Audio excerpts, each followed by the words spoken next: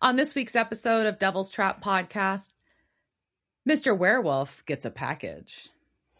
And Dean Winchester makes lizard shish kebabs. Yum. Let's do this.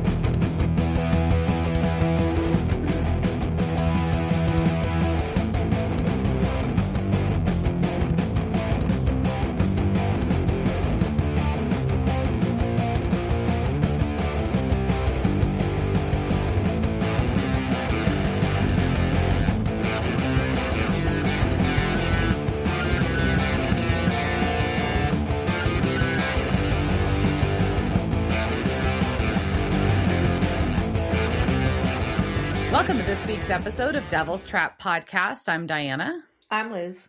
And we're going to talk season 13, episode 10, The Wayward Sisters. Wayward Sisters, indeed. Yeah.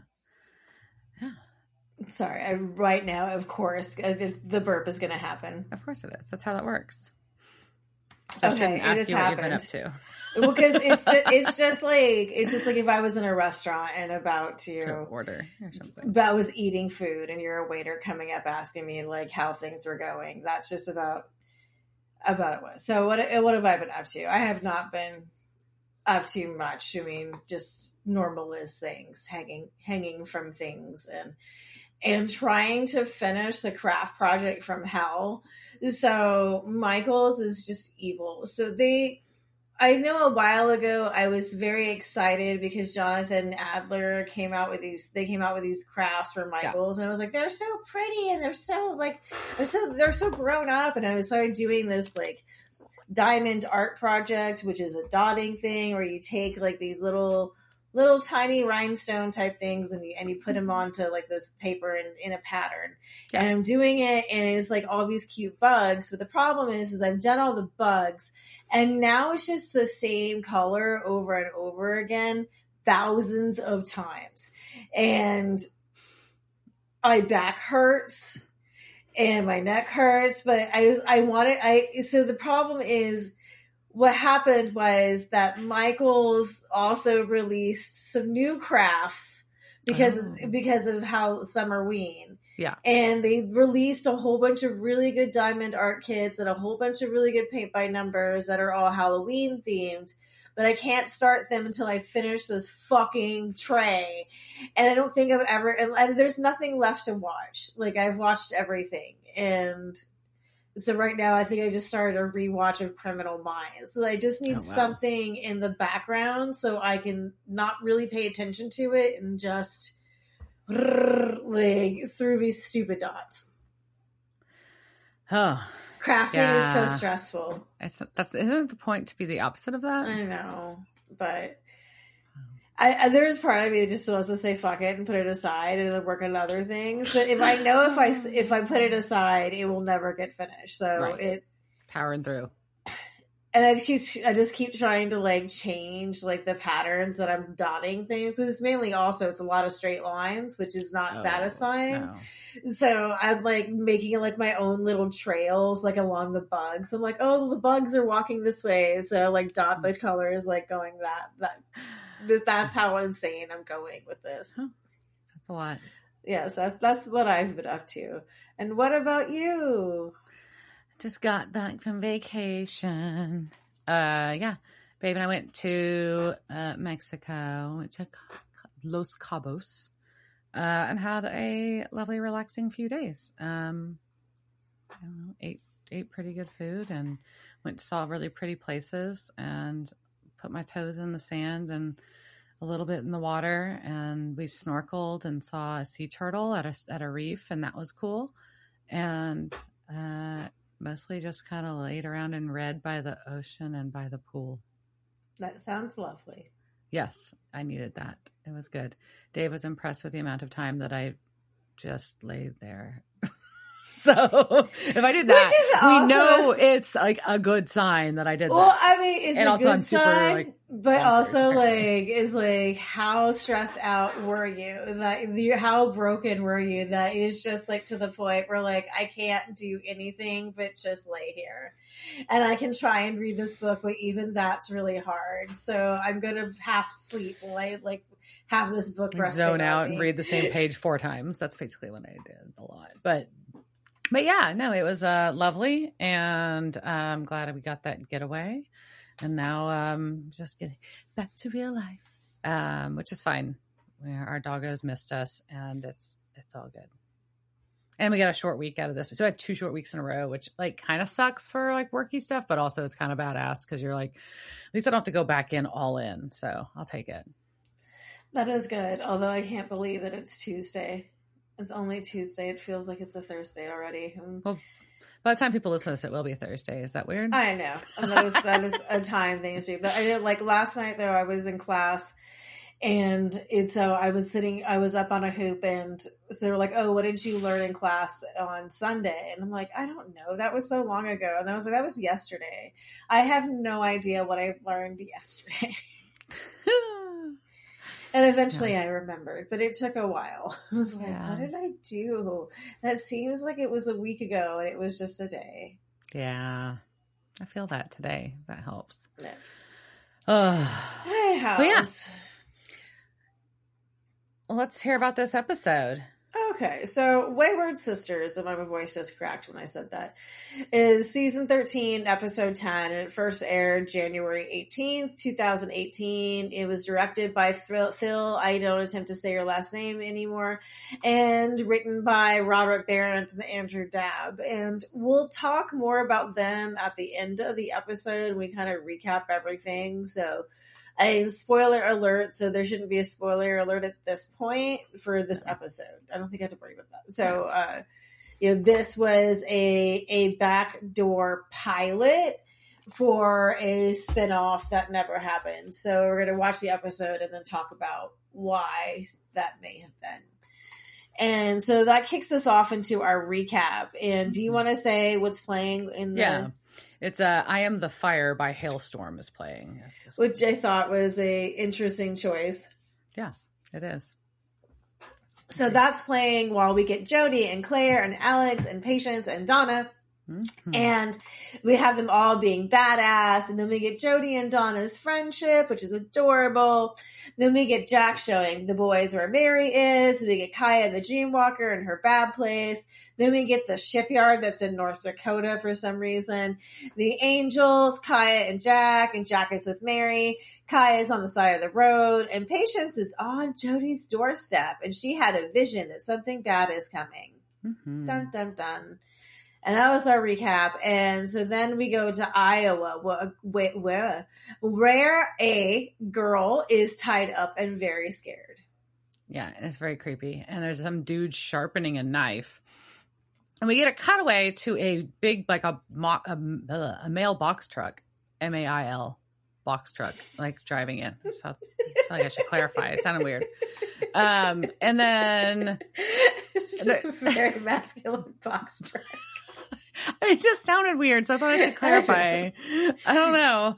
I felt the urge. We love a hominid on the show. So the mailbox truck. So I mean, was it actually? I just put box truck anyway. So it was like a delivery truck. So yeah, there's another dude there. So there's creepy dude sharpening a knife, and there's another dude who's like going to go tell this little girl who's tied up a knock joke. And then, of course, he wolfs out to scare the shit out of her, which is just rude, quite frankly. Sir, nobody wants a knock joke. We don't. So even if it ends in wolfiness. Yeah, the truck pulls up, and the driver knocks on the door and says they have a delivery. And we get a sneak peek that this is Claire, and she looks really good. Yeah. And she tells him his name is right on the box, and then he leans in, and then really close in the box it says Mr. Werewolf. Which is adorable. I wish there'd been a little drawing of Mr. Werewolf on there. Yes. That would have been the piece of resistance if there had been, but still Mr. Werewolf is pretty good. And then it's also his response is, "You hunter bitch." Which I thought was just classic. And then she shot him through the box with her shotgun. It was a really good scene. Yeah. So good. And so after she shoots the dude, she verifies that the little girl's name is Amanda and that her mom's looking for her. And then she gets attacked by the other guy, and he's like, who do you think you are? And she's fighting back. He's like, I kill monsters. That's what I think I am. Anyways, and then after she kills the other dude, she stabs him. She unties this little girl, and the little girl doesn't warn her, just gets real big eyes and looks past her because there's another fucking werewolf. Little girl, use your words. But Claire is smart enough to recognize a look of distress on little girl's face and turns around and she shoots this other werewolf who has come out of nowhere, who is just hiding. Yeah. And so then we go to Claire, and she's just sitting in her car watching the kid reunite with her mom when Jody calls. And so we get that kind of like mother-daughter thing going on because Jody's calling when that happens. And Claire actually answers the phone. But Jody tells her that Sam and Dean were missing. And it cuts to the giant footprints in the ground. And Jody says, it's Sam and Dean. They're missing. They were on a hunting trip, and I haven't heard from them for a few days. And this line is a callback to Dean's well-known line from the pilot with Dad's on a hunting trip, and he hasn't been home in a few days. So it was well Jody done. tells Claire to come home. Yeah. So Claire does drive back to Sioux Falls, and she's hesitant, but basically we cut inside, and Alex is talking to Jody and says that neither Donna or Walt have heard anything. So obviously they're reaching their network to try to find Sam and Dean. And then Claire walks in, and she's still bloodied up from her fight with the werewolves, which I think is a little weird that you wouldn't wipe the blood off of your face before you do a road trip. We had some hunter hygiene questions with Claire, and it was kind of early hunter phase things of just like, where do you clean up and when do you clean up after your hunt? And like, and you get some wet wipes in the car, like yeah, you can do a little roadside bath, with some wet wipes, or just stop at a truck stop. Yes, take out showers. Just saying, change your shirt, something. But Jody hugs Claire after looking at her messed up face, and Claire wants to know when they became huggers. And then Patience comes out, and Jody introduces her. Claire's like, hunter, and Patience like, psychic, and then Claire's like, cool, you're wearing my sweatshirt. Oof. And there's an awkward scene about who's using what room and what the guest room is now storage. And we quickly pivot away from that because Jody needs to play the voicemail she got from Sam. And it was 3 days ago, and it was when they were looking for Kaya, and he gives Jody the lowdown on it. So they have already figured out, they know that Kaya broke out of her court-ordered rehab and has a warrant out for her. As this is happening, we get a cool cut through over to where Kaya was on the side of the road, which, by the way, she's been on the side of the road for a very long time now, right? Like, what, 3 days or something? Or a couple days at least now? And someone has seen this girl on the side of the road and called 911. That's nice of them. Is that the first car that's gone by? Did people ignore this girl laying on the side of the fucking road? Oh, she was kind of in the bushes, And so Alex has already checked rehab centers and local hospitals, and she's going to go to work, and that annoys Claire. And Jody is upset because of Patience's vision. Yeah. And Claire's just really like, Jody's insisting that like, hey, by the way, Patience is the real deal, I know. And Claire's kind of pissed. She's like, whatever, you're just trying to be overprotective and da-da-da-da. And your idea of pumping the brakes is sitting by and making the perfect plan, and that's how you lose people, is Claire's stance. So. Yeah, and so Jody is just really worried that Claire is going to die, and Claire storms out. Yeah. And so we hear something watching Kaya get loaded into the ambulance, and it's making weird gurgly noises in the bushes, and I don't like that. No, generally those are not good signs. But we go to the hospital where Alex is just doing a good job. And Claire is there, and she comments on Alex's scrubs, who tells Claire that she looks like biker Barbie, to which Claire says, thank you. And I mean, who doesn't want to look like Biker Barbie? Right? I'm there. I'm like, oh, that's a compliment, right? And I'm kind of mad that there never really has been. Can someone please really make me a Biker Barbie?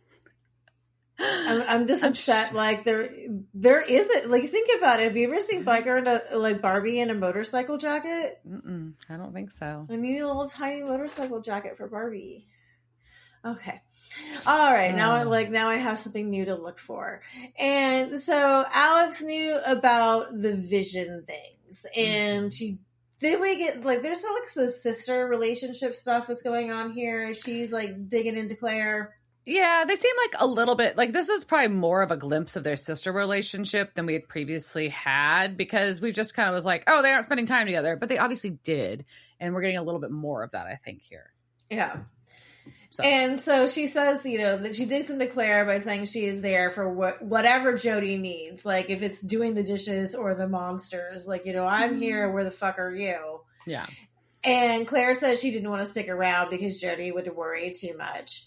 And Alex just tells her that Jody didn't stop worrying. Like, what the fuck are you thinking about Claire? It doesn't matter wherever you're hunting from. She's still going to be fucking worried about you. Correct. Duh. Yeah. So either way, so Claire's like, fine, whatever. Let's look for this. Let's look for Sam and Dean, and let's look for this Kaya. So they are going to go search the system, the hospital system, which is definitely a HIPAA breach, right?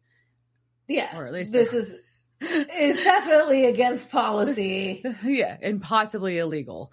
But they're searching the system, the hospital system, and Alex has already done the alias search that they always do. So now they're going to go double check, and there's a new Jane Doe that has just popped up at their hospital. Ooh, that's convenient. How convenient. Mm-hmm. So they can finally go and just like look into they find like this, she's in a hospital room. She's down the hall. They just go and look in the window, and they're like, that's that girl. And they're like, what? That girl's like, why are you looking at me? Uh-oh. Yeah, right. Kai's like, these bitches are staring at me through the window. WTF. So the second Kaya gets a chance to run, she does, obviously. And as soon as she gets outside of the hospital, there is the creepy gurgly monster waiting for her. Well, she also meets Claire in the middle of that. So Kaya groups out her IV, and Claire comes in and tells her that she's a friend of Sam and Dean Winchester, which I don't think is a good thing to tell somebody who is on the run from them. And that's going to make them run outside into the gurgly monster. Yeah. So Claire's going to try to fight this gurgly monster, but she gets thrown. Luckily, who shows up but Jody. And Claire is still fighting with that dinky knife. Just that little short knife. Like, it seems very short. You have to be very close. Very close. You're right. That's only for close combat.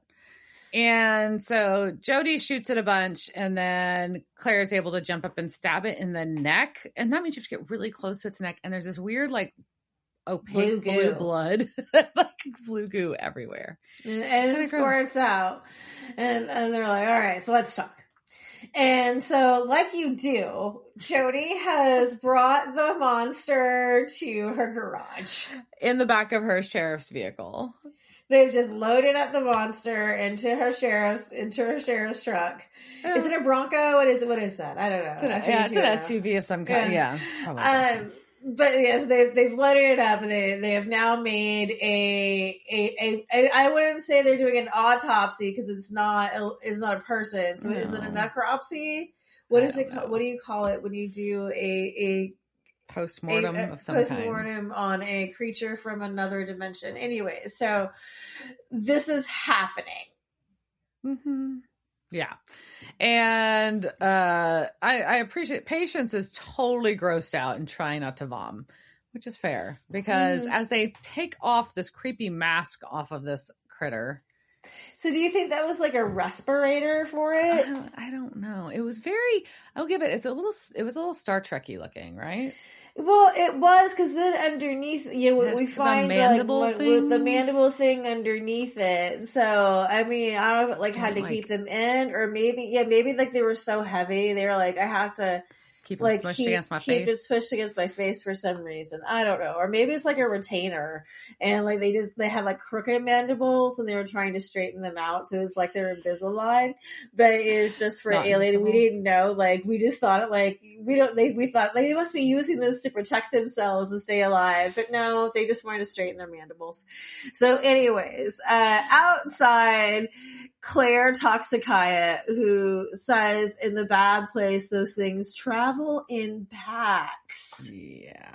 And once they get your scent, they don't stop. And she is not stupid enough to fight them. She runs away. But sometimes they catch her. And that's why she has scars all over her body. Ugh. Yep, and then Claire plays, let me strip and show you my sexy scars. Yes. Here's a ghoul bite. Here's a bar fight with a vampire. And Kaya's like, what about the split on your forehead? Which is like, that's a heroic battle with a doorknob. I appreciated that one. Yeah. So Claire wants Kaya to tell what really happened, though. As this is happening, Alex is still like manipulating this monster, and Patience is gagging. So yeah, my note there says the monster has a vagina on its face, question mark. Not with mandibles. So Claire brings Kaya in and says, hey, by the way, Kaya is a dreamwalker, and when she sleeps, she goes to other worlds. And I feel like Alex is kind of playing with these mandible things at this point. And this way, it's also like a wishbone. You know, she's like trying to like crack it open to see like which side is going to be like the one. So, so she's playing the wishbone of the monster's face badge. And then Kaya tells him about Sam and Dean, what they were doing and why they wanted her to open a door to another world. And that they did, but things went wrong. And now they know that the door must still be open. Oops. Ooh. And so if they find the door, they can find Sam and Dean. And Kai is just like, whatever. If they went to the bad place, they're dead. She is not confident in their abilities. She is not. And we cut to a lizard.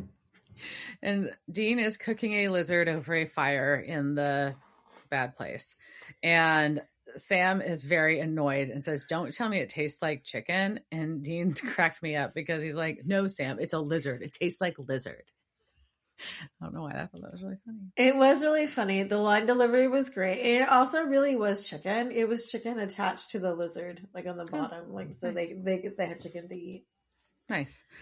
So Sam's like, all right, we need to go find the door. And last time it didn't stay open very long, but it stayed open. And Dean's like, that was just a few hours. We've been here for days, but whatever, no one even knows where we are to look for us. So we might as well enjoy our lizard, man. Eat your lizard and shut up, Sam, is basically what he said. Mm-hmm. But then we hear big stompy sounds and roar sounds getting closer. So they do decide that they should go on the move, but Dean does not leave his lizard snack behind. No, and apparently that was Jensen's improv idea. I appreciate it. It was good. And so we see also, though, some new critter that's not the creepy gurgle monster and not whatever's making the big stompy stomp sounds. And it's somebody that's dressed in a black hooded robe, and you can't see their face, and they have a spear. And then a spear watching them, yeah. So. And then we go from the bad place to Jody's, and Patience is out. She's just like, nope, I am done. Like mandible face badge thing, that's just enough. And so she's packing. She's like, maybe my dad can take me back if I go back now. Mm-hmm. But Alex is being like, Alex is just being so wise. You like kind of most of this episode. She's kind of playing the adult in a lot of a lot of situations. And she's just like asking her if that's what she really wants to do. She can go home and pretend it's fine. And Patience is like, Jody's in the backyard burying a monster. And Alex is just like, well, you've got to bury him somewhere. Yeah.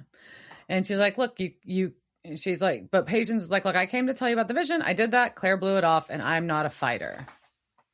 And Alex is like, yeah, but neither am I. We just help in other ways. So Patience is like, still like, okay, bye. And she's loading up in her Jeep, her bag. And then she gets another vision of one of the creepy gurgle monsters breaking into the house. So she's like, oh shit. So she runs inside and is like, hey y'all, we need to go. We need to run. There are lots of them coming now. You in danger. We're in danger. So the monsters break in. Yeah. They're like, well, they're saying that there's just going to be too many. And, I'm trying to do the right thing. Y'all brush me off. You think I'm fake? That's fine, but whatever. So we get this video. Well, we see all these monsters breaking in. And all I can think is that they're breaking all the windows. Windows are really expensive, y'all. Did you know? Have you gotten a quote on replacing windows? It is insane. And I'm pretty sure this is not the first time in the show that Jody Mills' house's windows have gotten broken. And they just destroy the house. And what the girls are doing, though, is they're watching from Claire's phone because they've got cameras set up and they have managed to escape. Yes. Goodness. So Patience and Claire are right. So they've split up into two cars and they're driving. And they park by a lake. It's got Jody and Alex are in one car, Patience and Kaya and Claire in the other, in the Jeep. And they're like, what are we here for? And Jody's like, I called backup. Patience is like, the National Guard? No, not the fucking National Guard. We got Donna. Yes, because a truck with a D-Train Minnesota license plate rolls in. And out comes Donna with the hiya, ladies. Mm-hmm. And she has just brought the basics. And this, I'm like, you can't have a team trunk. It's like a team truck gate. I'm not sure like what that would be. But I don't know. But she's got her own version of trunk. And she pulls out a box that's got guns, salt, knives, and axe. And she just has all that because she's from Minnesota. Yeah, that's why. All right. So Jody's like, okay, Kaya, where were you with Sam and Dean? And she's like, I don't know. But she describes the place and they figure out, they can piece together from the geography that it's off of Route 14 where they were run off the road. And they look up and they find the Larson Brothers shipyard that was shut down in 2008. So they have narrowed this down. So Jody and Donna are going to go check it out. So Jody pulls Claire aside because we all know Claire gets real butthurt when she gets left out and does dumb stuff. So Jody explains that Claire needs to stay behind and keep the other girls safe, basically. She's going to protect Kaya, Patience, and Alex. And Claire agrees, which is very sus to me. But yeah, she does. And Donna asks who knows how to use a flamethrower. Important questions. And now I wish I did. Yes. So we go from there to back to the bad place. And Sam has deduced that they are in a different universe. Mm-hmm. And then the hooded figure finds them and beats them with her stick. Yes. With a stick. And knocks them out. Yeah. So Jody and Donna are able to find Baby parked at the shipyard. And they go out to the boat. And we do get a good shot of the melted angel blades again. And the angel burn I'm sure they were like, well, yeah, we're using this effect more. We know we're showing this again. Look at this. Remember this was cool.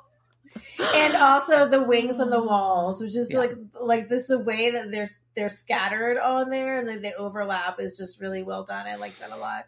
Agreed. But they are able to find the door, rift, gold line, portal, whatever we want to call it. The rift. To the other one. So it's still there. So that's good. Good news. Yeah, sure. So as that's happening, back where the girls are all hanging out by the water, Kaya's like, I know you're scared, Claire. You always want to go out and Claire's like, yeah, I always want to go out doing something great. And I knew I would die hunting. But Patience vision kind of shook me. Knowing that you're going to die is a little bit different than just thinking that's how you're going to go out. But Sam and Dean saved her life and it's really just hard to sit the whole thing out. And Kaya's like, well, maybe we can help save them. Okay, Kaya. Okay, so now like you're kind of in it. So we go back to the shipyard where Jody wants to go into the rift, and it's just kind of like She wants to go in because if she doesn't go in, Claire will. And she can't lose another child. Oh, it's heartbreaking. It's so heartbreaking. And then, unfortunately, D-Train hears a noise. And one of the, I wish we had a name for them, one of these monsters is there.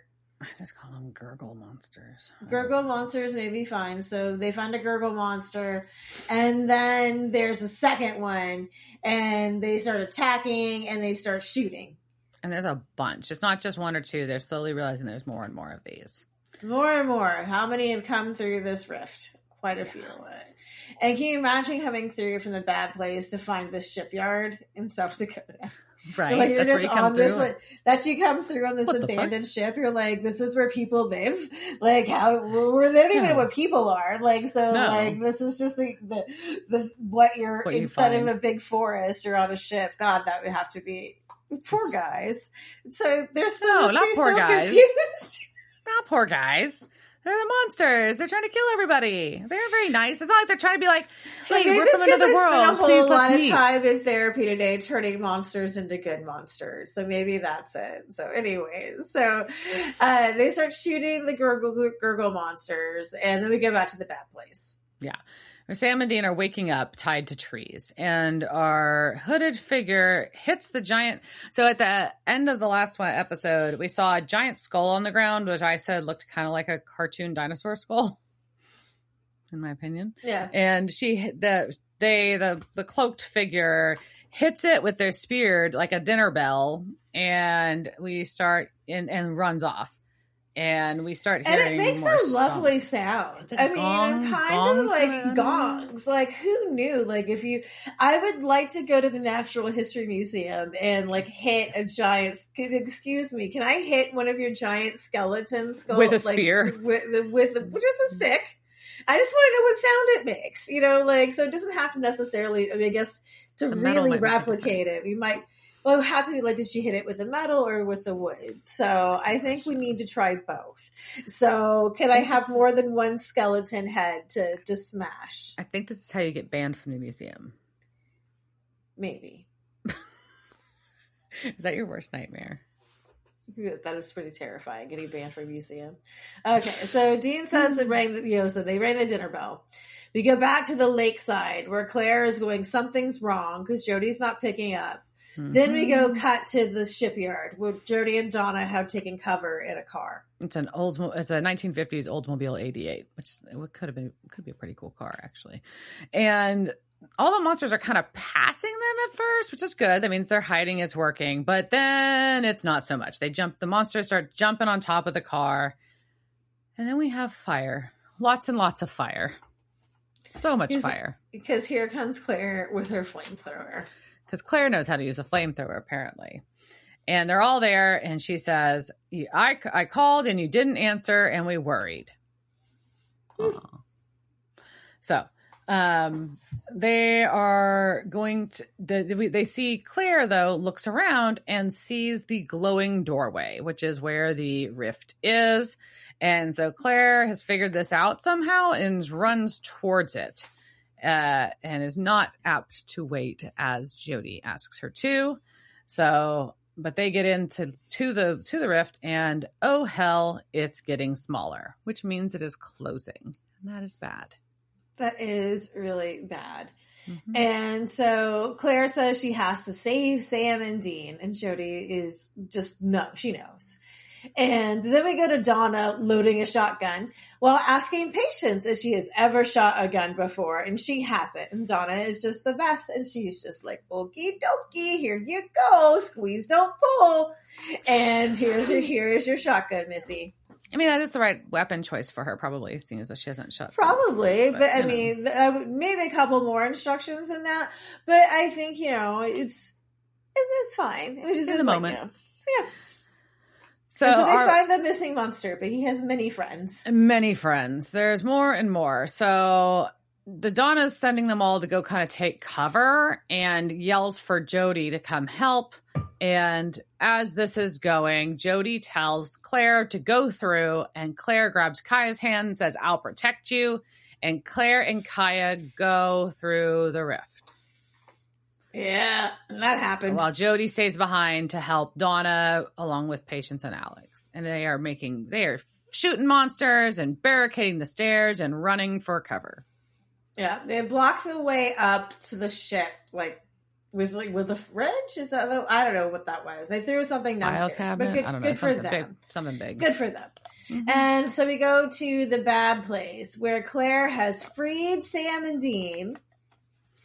Sam asks after Jack, and Kaya says he's probably in the other bad place with their mom. I'm like, oh, right, okay. So that's great. Yeah. And it's time to go. We got to go. Yeah. And as this is all happening, we still have the fighting happening back on the ship.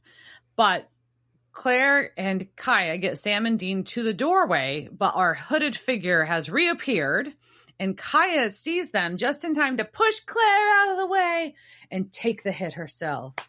No. And Sam and Dean are pulled their angel blades, but basically Claire watches Kaya die, and we hear a big footfall. Big old stompy sound, and something ginormous with red eyes is standing over him. It looks kind of like a giant troll. I don't know. What would you describe it as? I just have giant monster. Yeah. So it just says in the bad place there is a giant monster. And so Claire almost goes back and they stop her. Mm-hmm. And so then all three of them jump through the rift. Yeah, but they leave Kaya's bodies behind. Body singular. I don't know why I said it that way. Her body's left behind. So we have Patience manages to kill a monster. It's her first, so that's pretty exciting for her. She's popped her cherry. Mm-hmm. And then Sam and Dean and Claire pop back through the doorway. And we see Kaya still dead on the ground, bleeding in the bad place.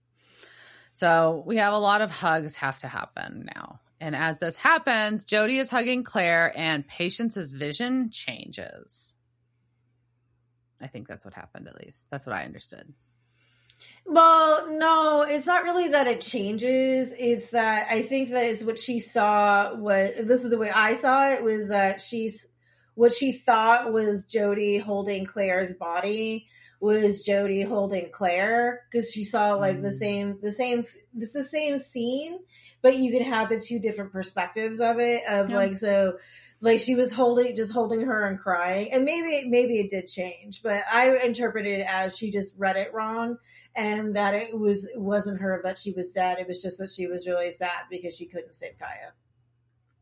Okay, I think either interpretation, either interpretation, I think, is valid. Yeah. So we all go back to Jody's house, except Kaya, because she dead in the bad place, and Sam and Dean are leaving, and while that's happening, Patience and Alex are cleaning up a lot of broken windows. I feel kind of bad for them. This is messy, and nobody likes cleaning up broken glass. It's so stressful. But Sam and Dean and Jody are discussing how shut down Claire is. Apparently, Claire is extremely distraught about losing Kaya, and that they say that she's just going to need some time, and they want Jody to thank Claire for them.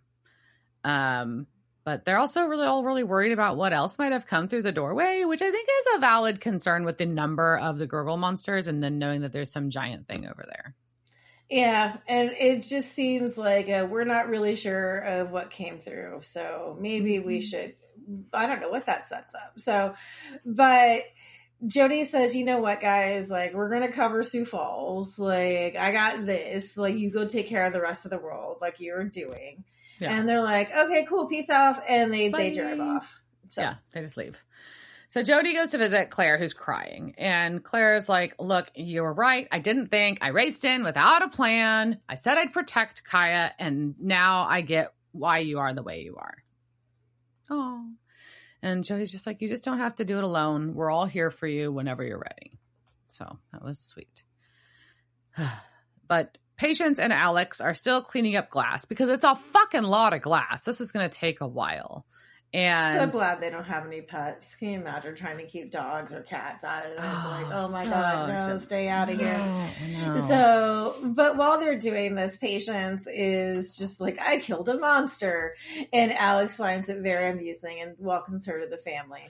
Yeah. And then upstairs, Claire takes out her journal, which is just a spiral notebook, and writes in it that she came back to Sioux Falls to save Sam and Dean Winchester, but it was we that saved them. And we see her, it sounds like her narration of her and writing in her journal, but we see her join the rest of the girls at dinner. Ladies, women, I don't know, whatever you want to call them. And she basically says, she calls them her family and her army, and she didn't know, but just how much she needed them. But the thing that killed Kaya is still out there. I don't care. I have to tear another hole in the universe. I will find it. And as this is happening, we see another fucking rift thing open, and our hooded figure comes through it. And then we hear Claire say, and I'm going to kill it. And then our hooded figure pushes the hood back. Who is it? And it's got Kaya's face. And that's our episode. And that is the end of the episode. Yeah, so that's how this ended. Good little shocker twist at the end there. It is. Yeah. So, do you have any casting to talk about? Casting couch. It's the casting couch. Were they on that show that time with that guy? La la la la la la la la la la la la. Yeah, I've got a couple. Obviously, we knew the majority of our cast, and then a bunch of them are monsters. So, the few that we can identify. So, Amanda was the little girl at the beginning. Her name Amanda Fitzmartin was played by Eden Summer Gilmore. She's been in episodes of Riverdale, The Good Doctor, and Nancy Drew. She's also Sophia on Family Law, which she's been on like almost 30 episodes of. One of our werewolf jerks was named Ed, and he's played by Matt Alfonso. He's been in The Flash, Magicians, The iZombie, Yellow Jackets, Schmigadoon, and Virgin River. The other werewolf was played by Shane Ladon, and he's been in episodes of iZombie, Tracker, and Fire Country. Our nurse that was training Alex was played by Zenaida Telfair, and she's been, funny enough, she played a nurse in Flash. And then Mrs. Fitzmartin was Amanda's mom. We just saw for a second, but that was Maria Meadows. She's been in Almost Human, Lucifer, iZombie, Siren, Brand New Cherry Flavor, Riverdale, and The Good Doctor. Oh, nice. Yeah. Cool. So this episode, instead of doing lore, I thought, we would just talk a little bit about the backdoor pilot that could have been, the series that could have been, and why it didn't happen. So Wayward Sisters is something that came from fandom. In 2015, after Jodie took in Alex and Claire in seasons 9 and 10, two fans, Riley Keschner and Betty Days, set up a Twitter and Tumblr account for a supernatural spinoff called Wayward Daughters Academy. The term wayward comes from the Kansas song Carry On Wayward Son, which is played during the recap of every season. Duh. And so Kim Rhodes and Brianna Buckmaster became fans of the project. And that is Jodie and Donna, if you did not know. And according to Supernatural Wiki, Riley Kressner said, I knew we had the numbers, and so I put out a call to action through the fandom, and Betty and I created the social media accounts and a petition so that we could funnel everyone's enthusiasm through a central outlet. We called it Wayward Daughters Academy, and that was May 1st, 2015, the day after Angel Heart aired. And that day, Kim and Brianna both followed us, and we discussed with them that we appreciated their support, wouldn't do anything without their consent, and they were both on board, and the rest is history. And Kim and Brianna would go on to create Wayward Daughters, Wayward AF, and Way Strong, Way Fierce, Wayward AF shirt charity campaigns on creation stands for Random Acts and New Leash on Life in 2015 and 2016. On the Creation Stands campaign site, Kim was quoted as saying, Wayward Daughters is a collaboration, and we elected to support Random Acts. I have personal reasons for this as well. I have been wayward much of my life. Often it was by choice, opting to belligerently pursue the road less traveled because it led someplace I couldn't go. Other times it was by failure, and I wind up sitting alone among the metaphorical thorn bushes, weeping and hoping for guidance, or at least an end to the self-inflicted pain. I was judged, I was scolded, I was silenced, I was mocked, I was ignored, but there was only one thing that ever brought me home, an act of kindness. It costs me nothing to be kind. It gives me everything. And practicing kindness now includes how I treat myself. I still identify as wayward, but we all do, don't we? A little. Isn't that cute? Very cute. Then Brianna said the movement behind Wayward Daughters is inspired by the idea that we are all capable of finding our greater selves. Every setback, every time we fall, it gives us new opportunity to rise up. But doing it alone can be tricky, and that's why we need to band together to support each other. To be there to lend a hand when one of us is feeling too weak. My dream for Wayward Daughters is that it becomes a symbol to silently say, go, be you, I've got your back. Then fandoms got all excited when on June 20th, 2017, it was announced that a backdoor pilot for Wayward Sisters would appear in season 13. The spinoff was to be executive produced by Andrew Dabb, Robert Singer, Phil, I won't say your last name, and Robert Behrens. So if this is another quote, if Wayward Sisters had happened, for me, the most important thing in some ways, it was a little bit back to basics for Supernatural, because you had this group of people, they weren't necessarily be dealing with angels and demons, at least certainly not right away. Andrew Dabb said to TV Insider. So, and then he said that was, kind of Sam and Dean's ballywick. And he also said that they wanted to cross-pollinate the two shows. And so sometimes that would be with higher profile characters like Sam and Dean and Castiel. But sometimes that would be with other characters, the other Hunter, Chrissy, Safecracker, Alice, or the brother and sister witches, Max and Alicia Baines. And which was something I think about, like, oh man, we lost some more like possibilities of those characters. Because no spoiler, we don't see those come back. Yeah. So it would have been nice to have another show where we could have seen those characters getting played through, because that would have been interesting.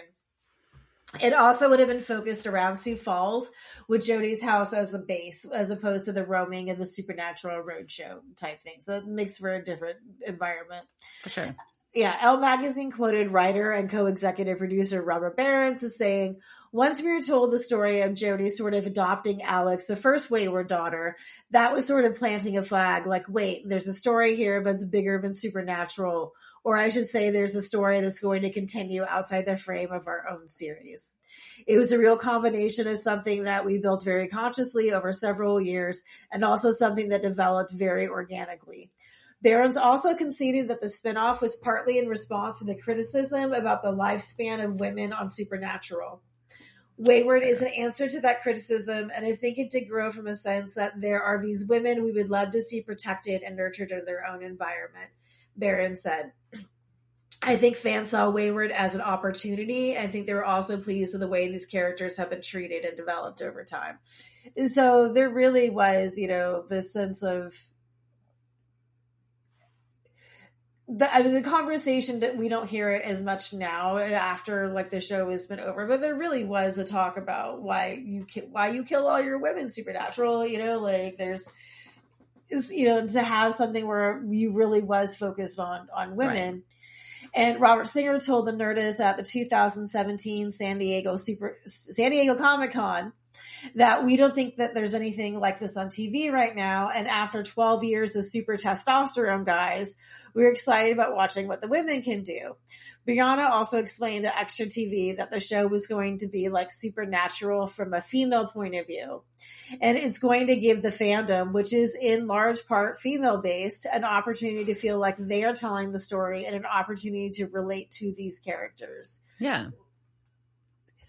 So the episode Wayward Sisters aired January 18th, 2018, like we said. It was watched by 1.87 million viewers, which was higher than the previous episode's 1.74 million. And everyone was excited. Everyone thought it was great. Then May came, and the executives of the CW said, "We hear you, but no." One of the reasons given that there was only room for so many spinoffs on the CW schedule, and they wanted to place their bet on Legacies, the spinoff from the originals, which was a spinoff from the fucking Vampire Diaries. No. CW president Mark Pedowitz defended his decision. We had really great material this year. We're really excited about the 5 series we did pick up. We are a big fan of the characters, the women who played the characters in the series, but we did not feel creatively the show is where we wanted it to be. We felt we had a better shot with Legacies. What? Legacies? Really? How well did that turn out for you? So Pedowitz added that the CW execs are big fans of the Wayward actresses and hope they continue on guest starring on Supernatural. Speaking at the Television Critics Association Summer Press Tour in Beverly Hills, as reported by BW, Pedowitz also said, "We were very happy with the women who were in the Wayward Sisters spinoff. We had a certain number of slots this year, and we did not get there. Supernatural may be Jensen and Jared, and there may not be a franchise beyond that."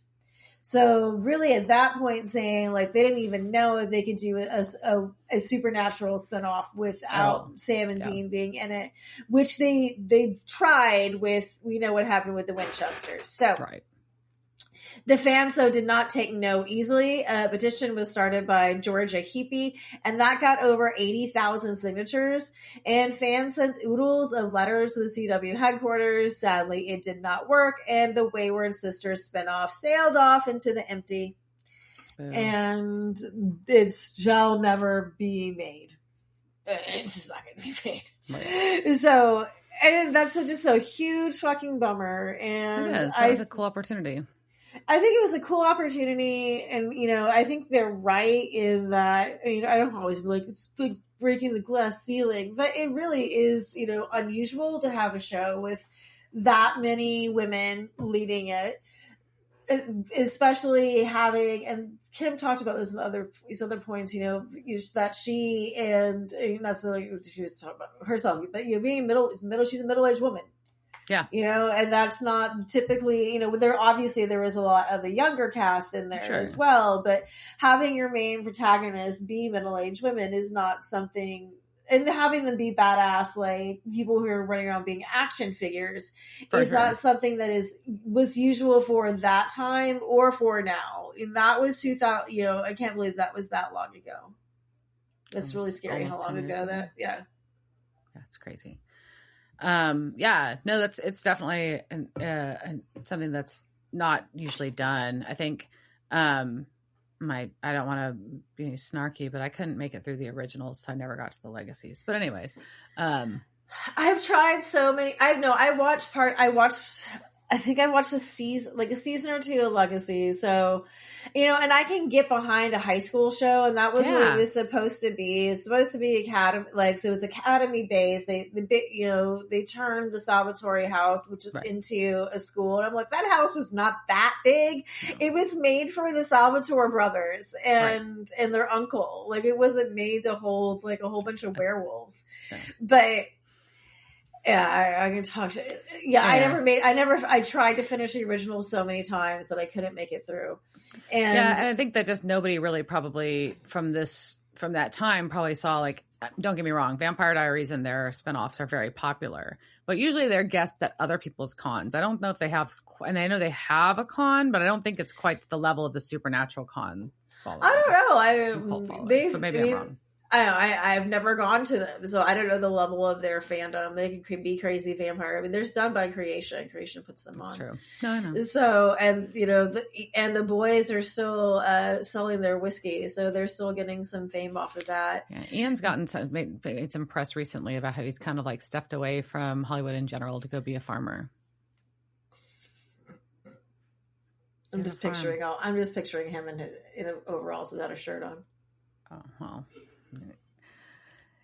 He has a very beat up straw hat in the photo I saw, and I didn't love the hat. I was kind of like, don't do that, man.